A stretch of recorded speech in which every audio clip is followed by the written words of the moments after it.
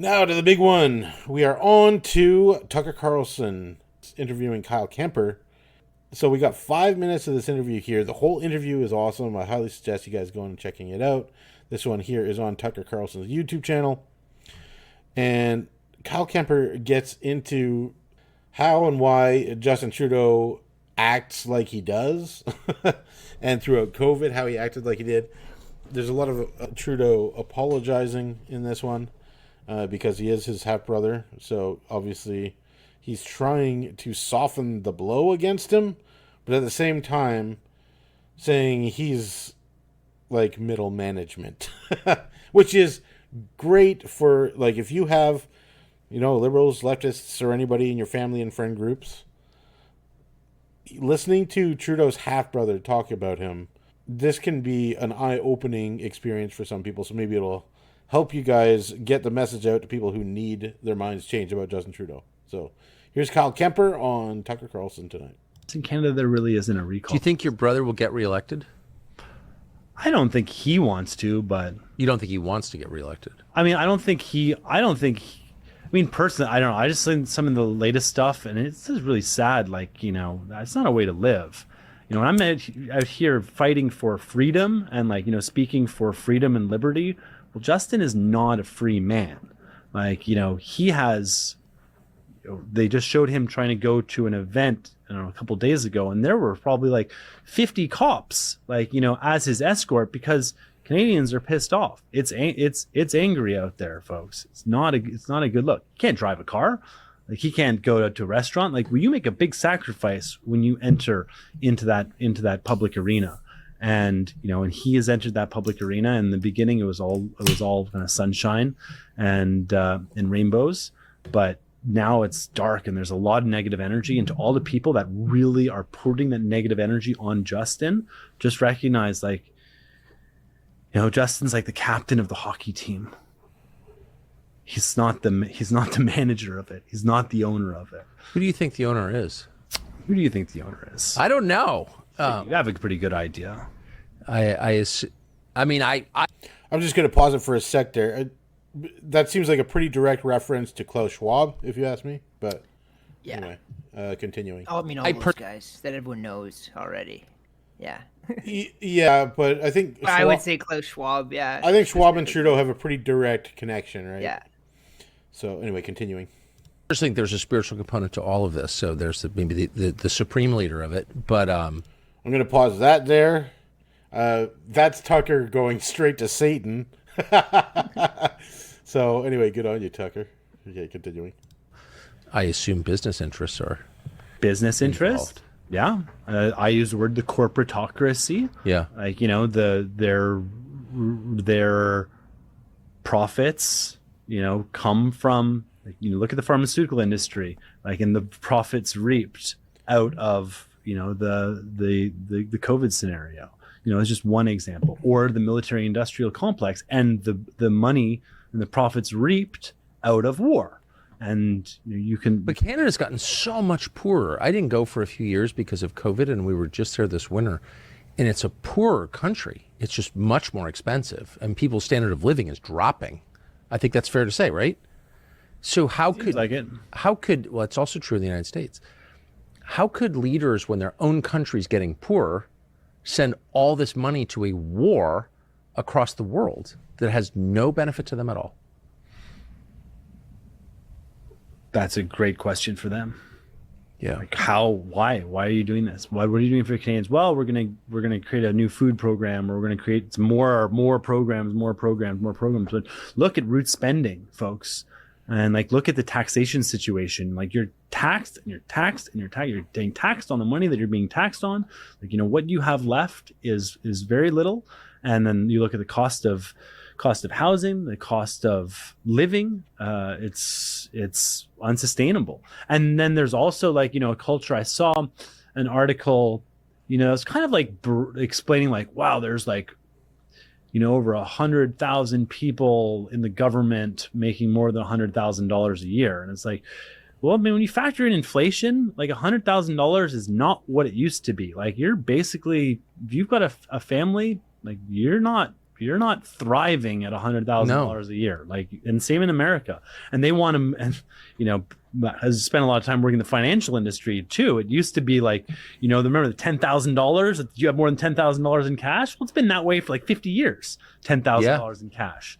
And now they're trying to bring it down to even lower numbers. Like anytime there's a transaction over $600, they want to know, which is really dangerous. So, you know, when you have this financial oversight combined with the fact that people don't have any money, and then you know, then there's also this element. There's like a UBI kind of gentle play that was kind of introduced as well. With you know, the checks were written in Canada for like $4,000 for every Canadian. That's UBI. It's UBI, and it's just blanket given out. It's not like there was like a requesting. When people like who are like desperately needing help have a way to ask for help. No, it's just like blanket welfare. Really ineffective system, and ultimately it is going to drive more inflation, which will drive higher costs for everybody. Well, it's quite effective that way. Yeah. If you want to make people totally dependent on the people in power, that's what you do. Right. So you said you think your brother wants to get out. My final question, what do you think he will do when he gets out? And what do you think he should do when he gets out? I mean, if you think about like what did like Bill Clinton do when he got out, it's like I'm going to go on speaking tour and like, you know, go sit on boards and do things like that. And you know, you could probably do that. You know, I think there's he's got to ultimately decide what he's going to do. I would say start with Ho'oponopono. Like that's a good place to start. Like with the Hawaiian prayer. With the Hawaiian prayer. Say you're sorry. Say you're sorry. Apologize. Ask for forgiveness. But tell people why you're sorry too. Come clean. Like, there's stuff. I'm sure there's some stuff. Like, you know, just you know, repent, if you will, and move forward in a good path. Do the best you can, because you know this life that we have to live, and let's respect our children, our grandchildren, our parents, our elders, our ancestors. Carry the flame. Amen. Kyle, thank you. All right, so that's the end of the interview. The whole interview is totally worth watching. Now, you've got the guy, his half-brother, so obviously he's trying to protect Trudeau a little bit. But, man, so many Canadians want this guy in jail for the rest of his life, if that. Yeah. I mean, there's plenty of Canadians who wouldn't... Well, as reflected in the comments on this video, for sure. Yeah, Justin shouldn't be free. He should be in prison at least. I still don't understand why vaccinated people are worried about unvaccinated people. No one forced your brother. He got off on being a dictator, evil.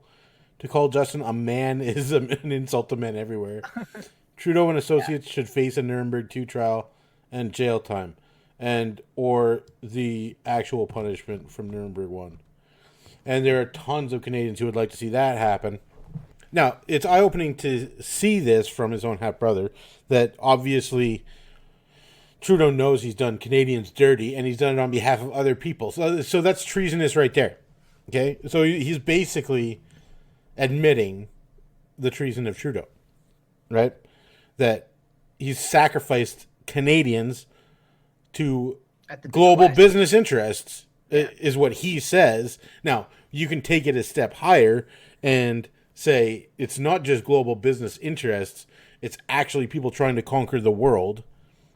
That, yes, they have businesses and billions of dollars and everything else, but they're a political entity. Yeah. Right? And this is why we talk about, and they are an offshoot, not an offshoot, they're the continuation of the Nazis of World War II. And the people who are now operating today, who still hold a lot of the same views as the Nazis of World War II. But yeah, on the other side of that, like, the people in the comments are absolutely right. Like, first off, Justin Trudeau put himself in a position to be able to have the power to abuse. So it's not like he's just like, well, he got prime minister and you know how power corrupts. No. The whole time, he had the Trudeau Foundation set up to receive bribes ages and ages before he was prime minister.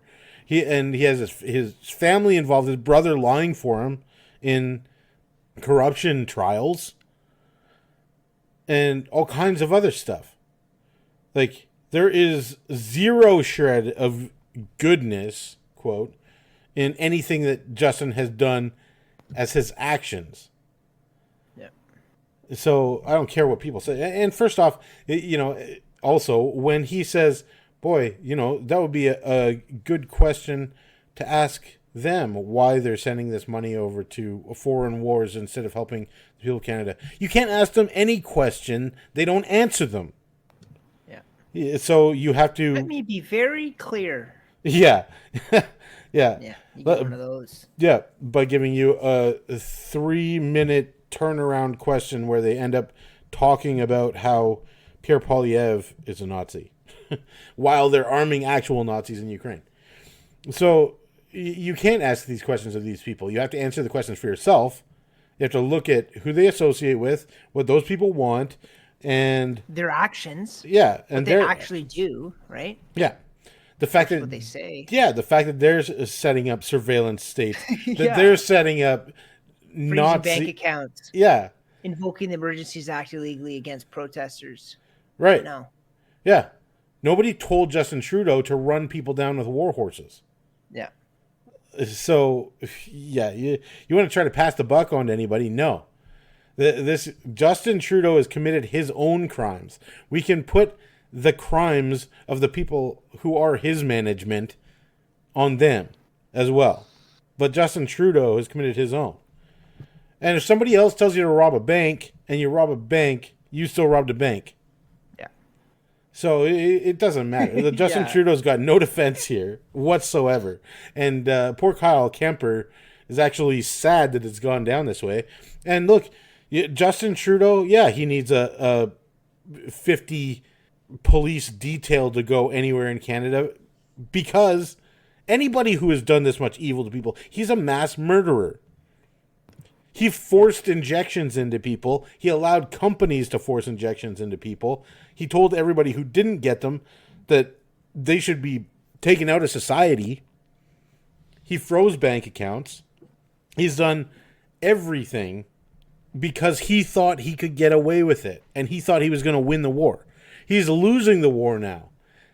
That's the only reason that now he's this sad dictator that his half-brother just hopes he can get out and give some mea culpas, apologize, and then move on with his life. No. It don't work like that. I mean, he should never step into Canada again without security, that's for sure. After he retires, there's still going to be people who lost their families because of him. Mm-hmm. And if I was in his position, you are at risk the rest of your life, for sure. So, anyway, he should be exiled, really. Yeah, the fact that he's still the prime minister is baffling. Yeah. If his punishment was exile and cancellation of his passport, I think that would be swift justice for sure. He doesn't deserve a Canadian passport because of his treason, right? So that's one thing for sure. Yeah, I mean, a prison cell would be just fantastic as well. You exile the guy. I don't think he can do talking to her. It's like Bill Clinton was popular. Yeah, I think that's all part of the old system. That's what they would have loved to do, right? But yeah, well, you're supposed to go on your speaking tours and get all kinds of fake money, laundered money thrown at you for your speaking fees, for all the favors that you did to the people while you were in power. And that's supposed to be, how they get paid off. Or you can sell art. Yeah. Right? But or you lead one of their climate agenda things or whatever, right? Yeah. Yeah. So, I mean, the globalists can try to use Justin Trudeau however they want, but he's never going to be in a position where he's popular enough that people are going to want to hear this guy speak. Nobody can stand to hear him talk for any length of time. Like, worldwide, he's one of the people who triggers people the most. Well, and people know what he's done. Yeah, absolutely. More people are learning every day. So